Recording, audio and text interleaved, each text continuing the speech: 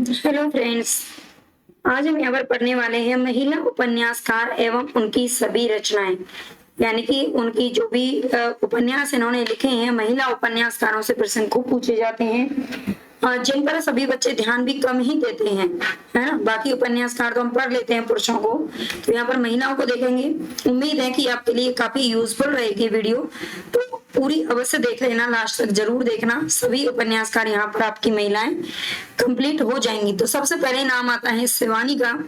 शिवानी का नाम आता है, शिवानी का जन्म 1923 में हुआ था और 2003 तक ये यहाँ पर विराजमान थी। ठीक है, इनका जो जीवन काल है 1923 से लेकर के 2003 ईस्वी। इनके अगर उपन्यास देखा तो 14 फेरे 1965 ईस्वी, कृष्ण कली 1968 ईस्वी। 14 फेरे कृष्ण कली।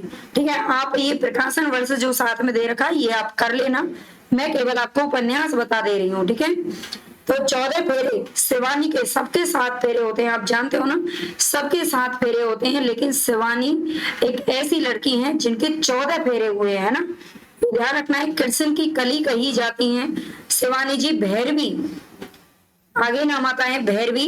भैरवी उपन्यास किसका है, तो ये भी शिवानी का है। शिवानी को हम भैरवी भी कह सकते हैं। विष कन्या, ये एक विष कन्या भी है। ठीक है, जो शिवानी है वो एक विष कन्या भी है। स्वयं सिद्ध, स्वयं को सिद्ध कर सकती है, स्वयं को सिद्ध कर सकती है। रथ्या, शमशान, चंपा और रति विलाप। ठीक है, शमशान, चंपा, रति विलाप, करिए क्षमा, करिए क्षमा। ठीक है, करिए क्षमा, मणिक, किशोनली और विवर्त। विवर्त नाम का भी इनका उपन्यास है, ये ध्यान रखना। तो आप देख सकते हो 14 फेरे, कृष्ण कली, भैरवी, विष कन्या, स्वयं सिद्ध, रथ्या, शमशान, चंपा, रति विलाप, करिए क्षमा, मानिक, किशोनली या फिर विवर्त। तो ये सारे उपन्यास किसके हैं, शिवानी के हैं। याद रखिएगा, आप एक जगह इनको नोट कर सकते हैं, लिख लेना। इसकी पीडीएफ मैं आपको टेलीग्राम पर दे दूंगी, वहां से आप बार बार रिवाइज करना चाहें तो। अच्छा, इसकी पीडीएफ देखो, इसकी पीडीएफ तो मैं नहीं दे सकती क्योंकि ये कोई एक पीडीएफ नहीं है, ये पूरा हिंदी साहित्य का मैटर है ना, पूरी एक पीडीएफ है। आप देख सकते हो इसमें 1283 पेज हैं इसके अंदर। ठीक है, तो ये पीडीएफ तो नहीं मिल सकती, है ना, सॉरी। वही बात है, आप इसको पढ़ सकते हैं। ठीक है, कृष्णा सोबती, दूसरा जो नाम आता है वो किसका आता है, तो कृष्णा सोबती का आता है। कृष्णा सोबती का जन्म 18 फरवरी 1924 को हुआ था और इनका निधन हुआ था 2019 में, 25 जनवरी 2019 में हुआ था। सूरजमुखी अंधेरे के, ये उपन्यास है किसका, कृष्णा सोबती जी का, सूरजमुखी अंधेरे के। इसके बाद जिंदगी नामा 1979 में आया था। जिंदगी नामा का आपको प्रकाशन और जरूर याद रखना है क्योंकि ये पूछा जाता है। दिलो दानिश 1993 ईस्वी, समय सरगम 2000 ईस्वी। गुजरात पाकिस्तान से गुजरात हिंदुस्तान, ये भी इन्होंने उपन्यास लिखा था। गुजरात पाकिस्तान से गुजरात हिंदुस्तान 2017 ईस्वी में। और इसके बाद इनके लिए याद रखना है कि साहित्य का जो सर्वोच्च सम्मान है ज्ञानपीठ पुरस्कार, ये सन 2017 में कृष्णा जी को प्रदान किया गया था। तो ये ध्यान रखना है, ये ज्ञानपीठ पुरस्कार से भी सम्मानित की गई हैं। कृष्णा सोबती जी का जो निधन है वो 2019 में हुआ है और इनको 2017 में, निधन से केवल 2 साल पहले ही इनको ज्ञानपीठ पुरस्कार मिला था। ठीक है, कृष्णा जी अपनी बेबाक स्त्रीवादी लेखन के लिए जानी जाती थी। कृष्णा सोबती अपनी बेबाक स्त्रीवादी लेखन के लिए रचनाएं लिखती थी, स्त्रीवादी संबंधित। ठीक है, तो ये इनके एक बार दोबारा से आप याद कर लेना, लिख लेना कहीं पर जहां भी आप नोट्स बना रहे हो, नहीं बना रखे हैं तो। ठीक है, आगे है दीप्ति खंडेलवाल का नाम आता है।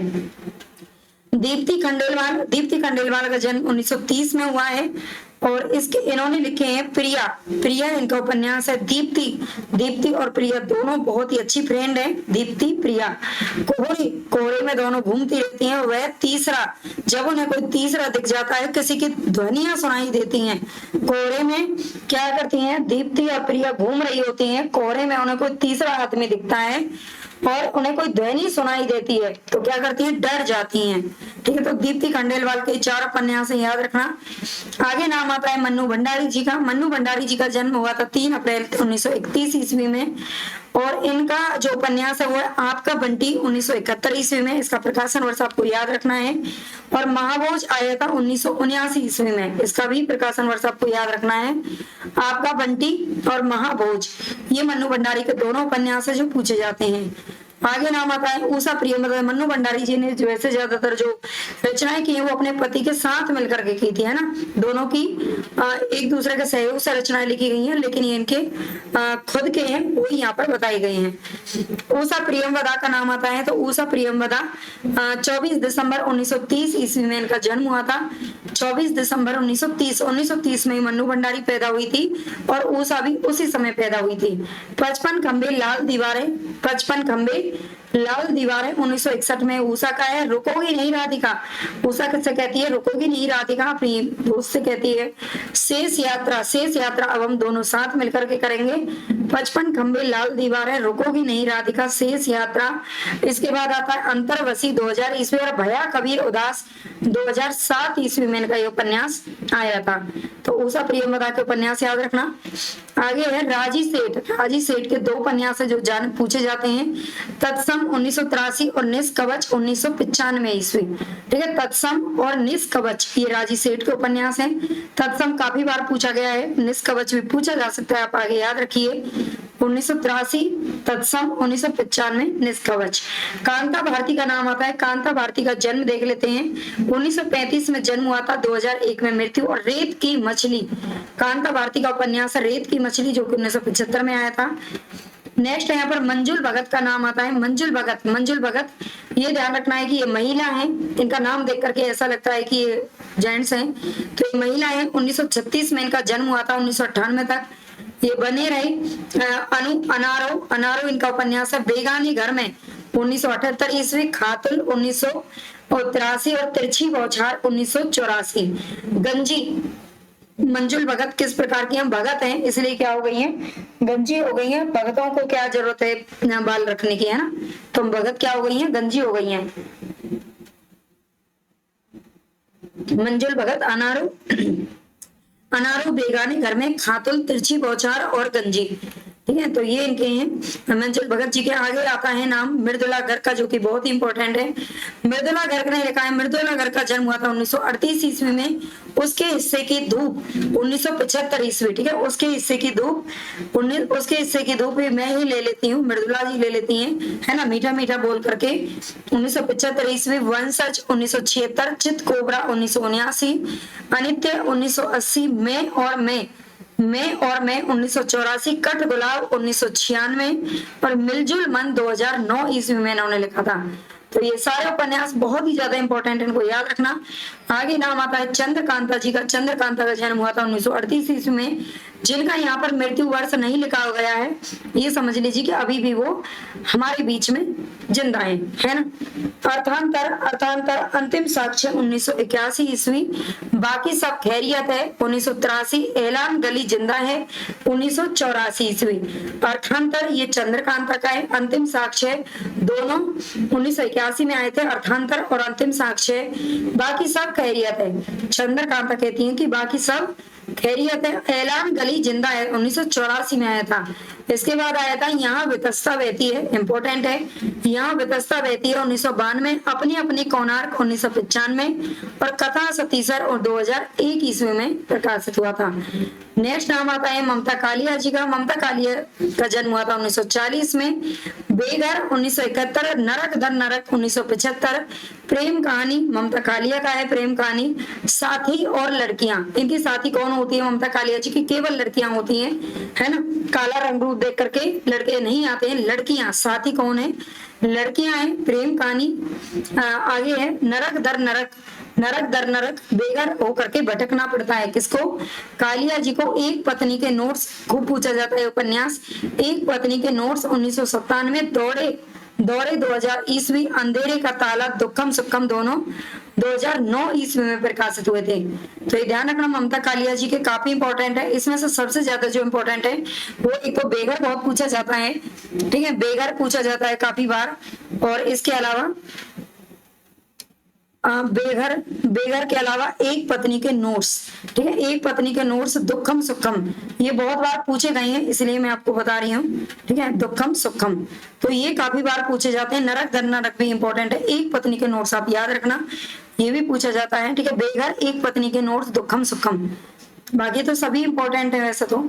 आ गए मेहरुनिसा परवेज। आज के जो पैटर्न है ना पेपर का, उसमें क्या है कि जो इम्पोर्टेंट जो चीजें है ना, जिनको हम ज्यादा याद करते हैं वो नहीं पूछे जाते हैं, बल्कि जिनको हम ये समझ करके छोड़ देते हैं कि इतना इम्पोर्टेंट नहीं है, वो ज्यादातर पूछा जाता है। तो इसलिए सबको याद रखना जरूरी है। मेहरुनिसा परवेज 1944 में जन्म हुआ था। आंखों की दहलीज जिन्होंने लिखा है, उसका घर 1972, कोरजा 1977, अकेला पलास 1981, समरांगन 2002 और पासंग लिखा था 2005 ईस्वी में। तो मेहरुनिसा परवेज के भी याद रखने ना। अकेला पलास इनका पूछा जाता है। आंखों की दहलीज इनका बहुत ही ज्यादा इंपॉर्टेंट है, आंखों की दहलीज, ठीक है, आंखों की दहलीज इनका इंपॉर्टेंट है। इसके बाद इनका अकेला पलास, ठीक है, आंखों की दहलीज। वैसे यहाँ तक आज तक जो क्वेश्चन पूछा गया है वो आंखों की दहलीज से पूछा गया है, इसको जरूर याद रख लेना। आगे है चित्रा मुदगल। चित्रा मुदगल के उपन्यास है एक जमीन अपनी। एक जमीन अपनी एक किसका है, तो चित्रा मुदगल जी का है। 1944 में इनका जन्म हुआ था। आवा इन्होंने उपन्यास लिखा है, आवा 1999 ईस्वी, गिलीगढ़ू 2002 ईस्वी, नाला सोपारा 2016 ईस्वी। ठीक है, नाला सोपारा को याद रखना है, इसके लिए इनको साहित्य अकादमी या फिर आगे लिखा होगा इसमें, ठीक है, उपन्यास भी मिला था इनको, शायद साहित्य अकादमी पुरस्कार मिला था नाला सोपारा के लिए। तो ये थोड़ा सा देखेंगे इसको। एक जमीन अपनी, आवा, गिलीगड्डू और नाला सोपारा। आगे आता है आवा। जो आवा इनका उपन्यास है, इस पर इनको व्यास सम्मान मिला था 2003 ईस्वी में प्राप्त हुआ था। ठीक है, आवा को व्यास सम्मान मिला था 2003 ईस्वी में। ये उपन्यास मुंबई के मजदूर संगठनों के जीवन संघर्ष को केंद्र में रख करके लिखा गया है। ठीक है, आवा जो उपन्यास है ये मुंबई के मजदूर संगठनों को जीवन संघर्ष पर आधारित है, ये भी ध्यान रखना है। आगे है जीवक, माधवी, कन्नगी तथा मणिमेघ, इनके बाल उपन्यास हैं, तो इनके बाल उपन्यास भी याद रख लेना। चित्रा मुदगल जी के जीवक, माधवी, कनग्गी तथा मणिमेघ, ये इनके बाल उपन्यास है 2018 का। देखो, नाला सोपारा के लिए इनको कौन सा उपन्यास मिला था, तो साहित्य अकादमी मिला था 2018 ईस्वी का। ये जरूर याद रखना। ये उपन्यास जो है ये किन्नर जीवन पर आधारित है। ठीक है, ये किन्नरों के जीवन पर आधारित है और पत्र शैली में लिखा गया है। नाला सोपारा को जरूर याद रखना। आगे है सूर्यबाला। सूर्यबाला का नाम आता है। सूर्यबाला का जन्म 1944 में हुआ था। मेरे संधि पत्र, सुबह के इंतजार में 1980 ईस्वी, अग्निपंखी और यामिनी कथा, दीक्षांत, ये सूर्यबाला जी के उपन्यास है। मेरे संधि पत्र, सुबह के इंतजार में, सूर्य सुबह के इंतजार में रहता है हमेशा। कभी देख लो भाई, सुबह आएगा तभी तो वो आएगा बाहर, है ना, यानी कि सुबह जब आती है तभी सूर्य आता है वैसे, है ना, कैसे भी समझ लीजिए। सुबह के इंतजार में, अग्निपंखी, अग्नि की तरह चमकता है कौन, सूर्य चमकता है, यामिनी कथा, दीक्षांत। आगे मृणाल पांडे। मृणाल पांडे का जन्म हुआ था 1946 ईस्वी में। पटरंग पुराण, मृणाल पांडे ने लिखा है पटरंग पुराण, ये पूछा जा चुका है पटरंग पुराण। विरुद्ध अपनी गवाही, विरुद्ध अपनी गवाही और हमको दियो परदेश, सहेलो रे, ठीक है, सहेलो रे अपने, हमको दियो परदेश। तो इसमें से पटरंग पुराण एक बार पूछा जा चुका है, बाकी विरुद्ध भी पूछा जाता है, इनको याद रखना। आगे नासिरा शर्मा का नाम आता है। 1948 में इनका जन्म हुआ था नासिरा शर्मा का। 7 नदियां एक समंदर 1984 ईस्वी में। 7 नदियां एक समंदर, सालमली, सालमली 1987 ईस्वी, ठीकरे की मगनी 1989 ईस्वी, जिंदा मुहावरे और अक्षय वट 2003 ईस्वी में लिखा था। कुइया जान, कुइया जान और जीरो रोड, ठीक है, ये नासिरा शर्मा जी का उपन्यास है। 7 नदियां एक समुद्र, इनका काफी बार पूछा जाता है। 7 नदियां एक समुद्र, तो इम्पोर्टेंट बहुत ज्यादा है, 1984 में आया था। ठीक रे की मगनी भी इनका इम्पोर्टेंट है, ये भी पूछा जाता है। और जिंदा मुहावरे, ठीक है, जिंदा मुहावरे भी काफी इम्पोर्टेंट है। जिंदा मुहावरे, अक्षय वट, कुइया जान, जीरो रोड, तो इनका 7 नदियां एक समुद्र, ठीकरे की मगनी और जिंदा मुहावरे को तो अच्छे से याद रखना, बाकी सभी को याद रखना है। आगे इनका पारिजात में पूछा जाता है। पारिजात, अजनबी जजीरा, ठीक है, अजनबी जजीरा और कागज की नाव, कागज की नाव भी इनका पूछा जा चुका है। 2014 ईस्वी में आया था। पारिजात 2011, अजनबी जजीरा 2012, कागज की नाव 2014 में। 7 नदियां एक समुद्र जो इनका उपन्यास है, इसमें आज के ईरान की कथा वर्णित है। ठीक है, रक्त रंजित इस्लामी क्रांति का जो वर्णन किया गया है।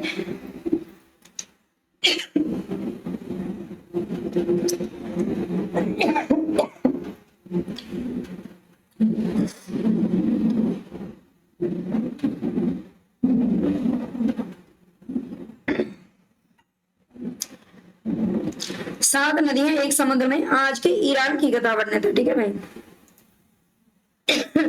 आगे है निरुपमा सेवती का नाम आता है।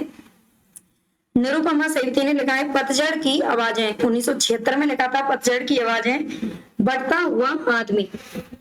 ठीक है, पतझड़ की आवाजें, बढ़ता हुआ आदमी, मेरा नरक अपना है, ये 1977 ईस्वी में लिखा गया है। ठीक है, मेरा नरक अपना है, ये 1977 का है, तो इनको याद रखना। आगे नाम आता है चित्रा चतुर्वेदी जी का। चित्रा चतुर्वेदी ने लिखा है दहकन के पार। ठीक है, दहकन के पार लिखा है महाभारती, ये भी चित्रा का है। महाभारती, तनिया, वैजयंती, ये 2 खंडों में प्रकाशित हुआ था। अंबा नहीं मैं भीष्मा, ये कौन कहती है? चित्रा चतुर्वेदी जी कहती है कि अंबा नहीं मैं भीष्मा हूँ। ठीक है, 2004 ईस्वी में आया था।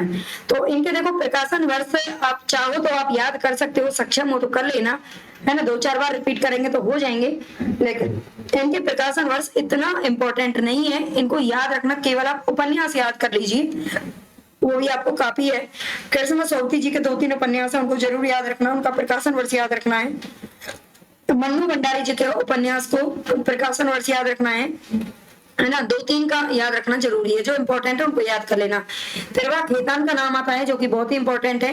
पेरवा खेतान का जन्म 1942 में हुआ था, लेकिन ये 2008 में चल बसी। आओ पेपे घर चलें, ये पेरवा खेतान का उपन्यास है। आओ पेपे घर चले, इंपॉर्टेंट है। तालाबंदी छिन्न मस्ता, ठीक है, तालाबंदी छिन्न मस्ता, अपने अपने चेहरे, ये भी पूछा जा चुका है, अपने अपने चेहरे। और पीली आंधी, आओ पेपे घर चले, छिन्न मस्ता, अपने अपने चेहरे, पीली आंधी। पीली आंधी तो इनका बहुत बार पूछा जाता है ना, शायद ही कोई ऐसा पेपर होगा जो पीली आंधी या तो मैचिंग में या फिर सत्य असत्य में, है ना, कौन सा नहीं है कौन सा है, उसमें पीली आंधी उपन्यास बहुत पूछा जाता है, तो याद रखना। आगे है मैत्री पुष्पा का नाम आता है। मैत्री पुष्पा ने इनका जन्म 30 नवंबर 1944 को हुआ था। स्मृति दंश, मैत्री पुष्पा का उपन्यास है स्मृति दंश, 1990। बेतवा बहती रही, 1993। इधन्नम, इधन्नम किसका है? मैत्री पुष्पा का है। चाक, चाकू पूछा जाता है। अलमा कबूतरी इंपॉर्टेंट है। कही ईश्वरी भाग, त्रिया हट और फरिश्ते निकले, ठीक है, फरिश्ते निकले 2014 में सबसे लास्ट वाला उपन्यास है। तो ये सारे उपन्यास आपको याद रखने हैं। चाक, इधन्नम, इनका कहे ईश्वरी भाग और अलमा कबूतरी, ये तो बहुत ही इंपॉर्टेंट है, बहुत बार पूछे जाते हैं। नेक्स्ट नाम आता है रमा सिंह का। रमा सिंह ने लिखा है गुलाब छड़ी, 1996। तुम लिखोगी सत्यभामा, ये रमा सिंह कहती हैं कि तुम लिखोगी सत्यभामा। इसके बाद आता है पंथा, 2002 ईस्वी। आगे नाम आता है वीना सिन्हा जी का। वीना सिन्हा ने लिखा है पथ प्रज्ञा और सपनों की बहार। ये जो आप नाम देख रहे हो ना, शायद आप बार बार पढ़ने में तो हमें नहीं मिलते, लेकिन आजकल कहीं से भी इन्हीं से क्वेश्चन आपको देखने को मिलेंगे आगे, है ना, तो इनको जरूर याद रखना। वीना सिन्हा, पथ प्रज्ञा, सपनों के बहार। आगे नाम आता है गीतांजलि श्री। गीतांजलि श्री ने लिखा है माई, 1993। हमारा शहर उस बरस, 1998। त्रोहित, 2001 ईस्वी। खाली जगह, 2006। और रेत समाधि, ठीक है। माई, हमारा शहर उस बरस, ये पूछा जाता है हमारा शहर उस बरस, खाली जगह और रेत समाधि, ठीक है, इंपॉर्टेंट है। मधु कांकरिया का जन्म हुआ था 1957 में। खुले गगन के लाल सितारे, मधु कांकरिया जी ने लिखा है खुले गगन के लाल सितारे। सलाम आखिरी, आखिरी सलाम अलग है और सलाम आखिरी अलग है। पत्ता खोर, सेज पर संस्कृत, सेज पर बैठ करके संस्कृत कौन पढ़ती है? मधु पढ़ती है, मधु कांकरिया, ठीक है, सेज पर संस्कृत पढ़ती हैं। खुले गगन के लाल सितारे, सलाम आखिरी, इनका सबसे ज्यादा इंपॉर्टेंट है सलाम आखिरी, जो पूछा जाता है। जया जादवानी ने लिखा है तत्वमसी, तत्वमसी और कुछ ना कुछ छूट जाता है। तत्वमसी 2000 में आया था और कुछ ना कुछ छूट जाता है 2005 ईस्वी। और इसके बाद नाम आता है अलगा सरावगी का। अलगा सरावगी ने लिखा है कली कथा वाया बाईपास, 1960 में इनका जन्म है। कली कथा वाया बाईपास 1998 में लिखा था, इंपॉर्टेंट है। शेष कादम्बरी बहुत ही इंपॉर्टेंट है, पूछा जाता है 2001 ईस्वी। कोई बात नहीं 2004 ईस्वी। एक ब्रेक के बाद 2008 ईस्वी। जानकी दास तेजपाल मेंशन, जानकी दास तेजपाल मेंशन, ये 2015 में आया है। तो इसको भी याद रखना। आगे नाम आता है अनामिका। अनामिका का जन्म हुआ था 1961 ईस्वी में। इन्होंने लिखा है अनामिका, अनामिका नाम से भी इन्होंने एक उपन्यास लिखा है। और अवांतर कथा 2000 ईस्वी में लिखा था अवांतर कथा। पर कौन सुनेगा 1983 ईस्वी। पर कौन सुनेगा 1983। 10 द्वारे का पिंजरा, 10 द्वारे का पिंजरा 2008। तिनका तिनके पास, तिनका तिनके पास 2008 ईस्वी। मन कृष्ण मन अर्जुन, मन कृष्ण मन अर्जुन। बिल्लू शेक्सपियर पोस्ट बस्तर, ठीक है, Billu Shakespeare post Bastar, Billu Shakespeare post Bastar में है ना, बस्तर जिला आप जानते होंगे। और 2014 ईस्वी में इन्होंने लिखा है।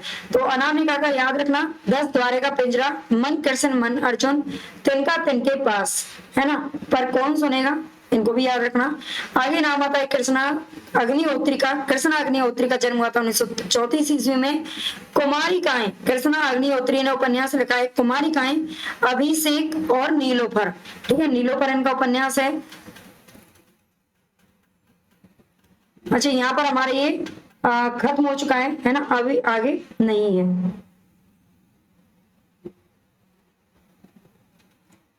तो आपको ये वीडियो कैसे लगी है कमेंट बॉक्स में मुझे जरूर बताना।